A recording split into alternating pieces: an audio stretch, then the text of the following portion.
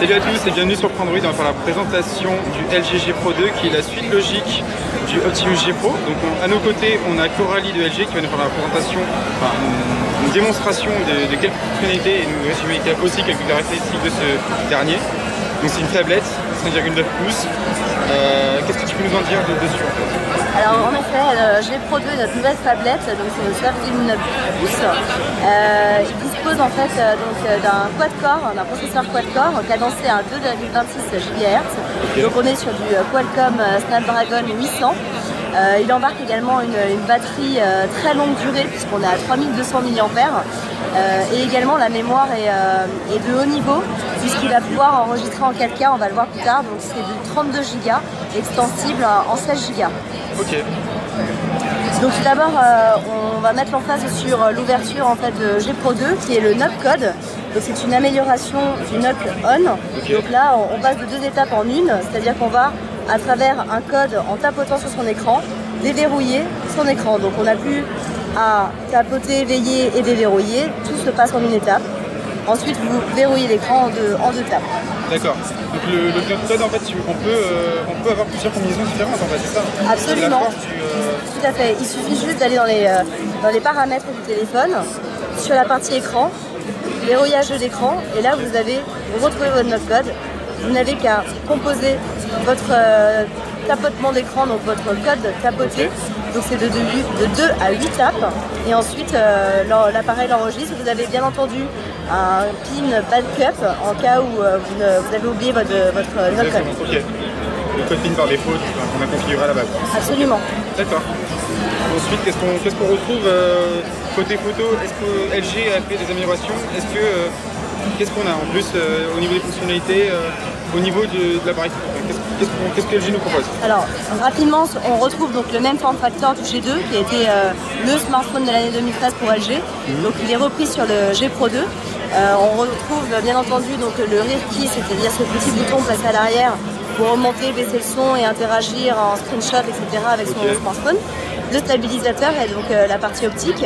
En effet, il y a une fonctionnalité qui est assez innovante cette année sur G Pro 2, c'est le Magic Focus.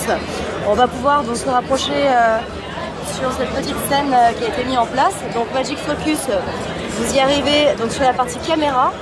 On va essayer de revenir sur la partie caméra pour vous montrer le cheminement. Ok, donc sur l'appareil photo, dans les fonctionnalités, en mode photo, donc vous retrouvez les modes du G2 à la base, mais une nouvelle fonctionnalité, donc Magic Focus. Vous stabilisez donc votre image, vous déclenchez votre photo, et ensuite vous allez pouvoir refocuser en fait, donc faire une mise en point sur un des personnages ou en fonction du point de la photo que vous voulez mettre en avant, puisqu'en effet en une capture, en fait plusieurs captures photos ont été définies. D'accord. Donc c'est de remettre la mise au point là où vous le souhaitez sur la photo. Ok. Rapidement, le point fort également de G Pro 2, c'est le recording, l'enregistrement en 4K. Ouais. C'est une réponse justement face au manque de contenu comme vous le savez aujourd'hui. LG a déjà répondu, a déjà donné une solution sur la partie gaming en s'associant avec des constructeurs de jeux vidéo, notamment Xbox One. Aujourd'hui, LG permet à l'utilisateur de filmer en 4K, d'où cette mémoire et cette batterie extrêmement haute. Donc vous allez filmer vos anniversaires, vos fêtes, etc. en 4K et vous allez pouvoir les partager sur votre télé 4K. Alors bien entendu, on peut filmer en HD ou en d'autres modes. Okay. On va le regarder immédiatement ici. Donc vous allez sur la partie caméra. Vous déclenchez donc en mode film et donc là, sur les paramètres, vous avez en effet